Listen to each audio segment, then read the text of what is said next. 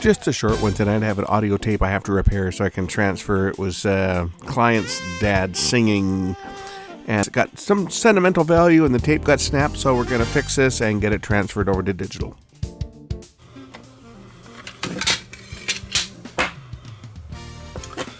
I would say that the tape is snapped. Let's see if we can get this one open and fix it. It's got screws, so maybe we'll get lucky, maybe we won't, but we'll try. The only reason I'm working on a cassette tape like this is because I got it to digitize. And it's broken. Hey, made in USA. DAC Incorporated.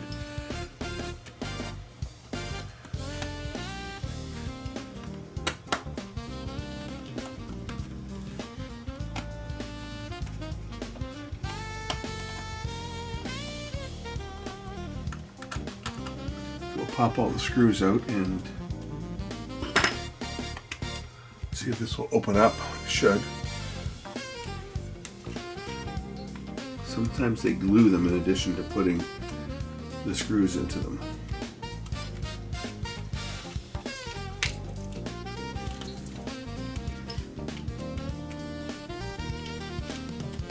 Looks like we're going to get lucky. This one's going to open. They say some tapes they glue them as well. Okay, the slip sheet has been damaged a bit. Alright, the tape has come detached from the leader. This should be relatively straightforward. To say I'm not... Yeah, wonderful. It's all just tangled up here. A nice tangled mess. Well, we'll straighten this up while we're at it. You never want to cut this off because it could be cued right to the beginning. In this case, it was. So you can't cut anything or you might lose something. Hopefully I can get one pass out of it. This is going over to CD.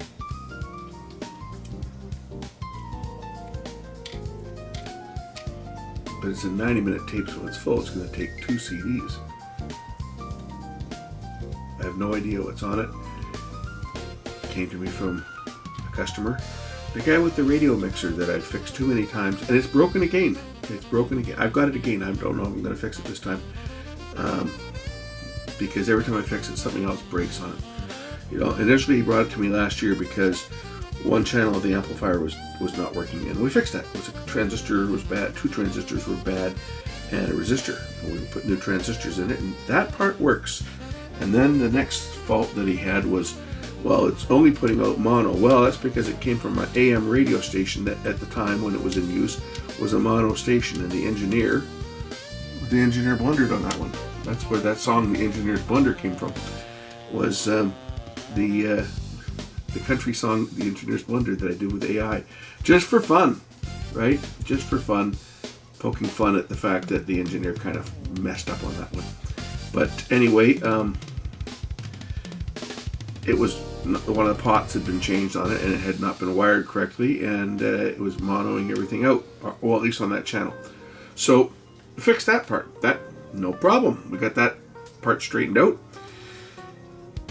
And then he brings it back because one of the inputs, one channel's not working. I found that a wire had broken off, and probably from transporting it back and forth. And tested it, everything's working, everything's great. I see nothing wrong with it. And now he brings it back and he says the program output doesn't work. The problem is he didn't bring me the service manual this time, so I don't have a schematic, so I don't know what the hell's going on with it. I need the schematic for that. I need the schematic. But anyway, in addition to the program output not working, I also noticed that the VU meters, like when he flicks it to program mode, he can put it in audition mode and he's got sound out the speakers. He uses the same amplifier, right, for program and audition. So the amplifier's working fine. But the VU meters aren't working on program mode, and there's no sound when he switches the program through the speakers. But I noticed that the VU meters are also not working. So I get this sneaking suspicion that something shorted out. And when I got the unit, I found that some of the screws that hold the circuit board in place, the board is held down to the chassis with some nuts and bolts. And the nuts have fallen off the back, probably from just transporting and getting it bounced around in the car. And I found a screw lying on the board itself. So I think what happened is a screw fell out and it was lying on the board and he didn't see it, and it shorted something out, and it popped. He popped it. So I have to tell him, if he wants me to work on that thing, he's going to have to get me the manual for one. He's got the manual, he just didn't give it to me this time. I'm definitely going to need the manual to do it, but also tell him, I keep doing this thing and I'm not making any money on it because the amount of time I have to spend on the stupid thing, and I'm married to it now. I should have said no, but I said, yeah, I'll look at it. And well, now every time it breaks, I get the thing, and every time I get the thing, I have to figure out what the hell has gone wrong with it. Get this tape back in where I believe it goes on this side of those. Also, the fact it's been worked on by how many engineers over the years when it was at CKWX? It's a mess.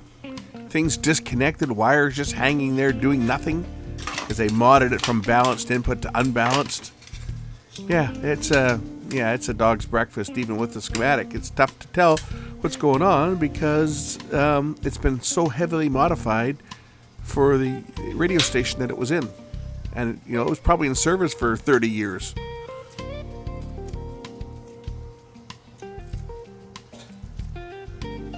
I can just see the guys now saying, don't use cello tape. Oh, it's not, it's magic tape, but doesn't matter. This is going to get played once. It only has to hold up once and never again. Once it's played and transferred over to CD, this tape will never get played again.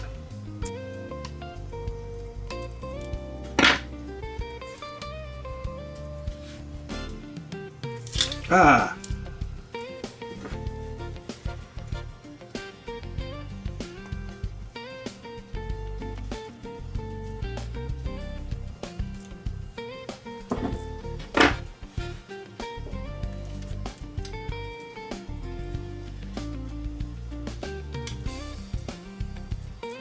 Normally I would cut that off, but I don't know if there's something right at the beginning that he wants. And there was stuff right at that point where it was cut. There was stuff that started immediately.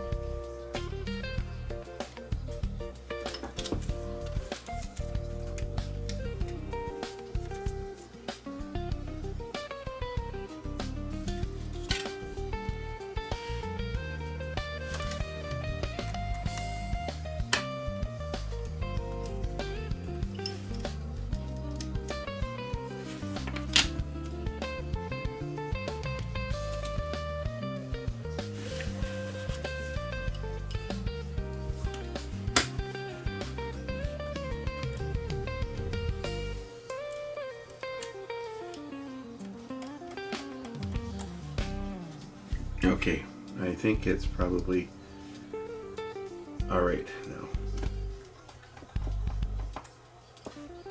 So now I can take this in and put it in one of my mini cassette decks and copy it over to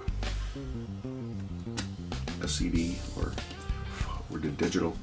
I might copy it over to digital first and then burn it off a CD. That might be the way I do it. It's just one pass, right? One pass to get this thing. One pass to get this tape copied. And maybe just go to digital first. And then I can play the digital back and just record it on CD. That might be the way to do it. Oh yeah, see, it's his dad.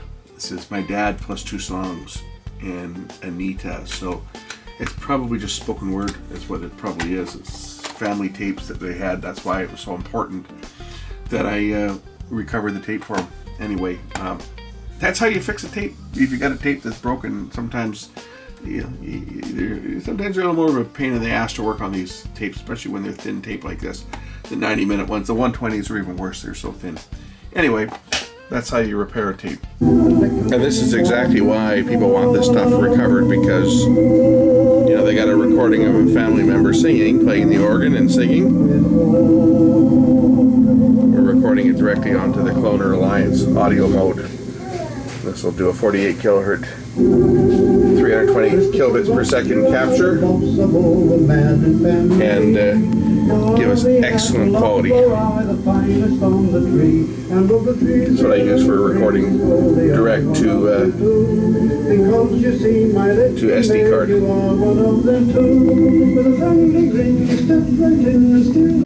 I use my RSM 275 for a lot of the stuff. It's a 2-head deck, but for playback it sounds just fine.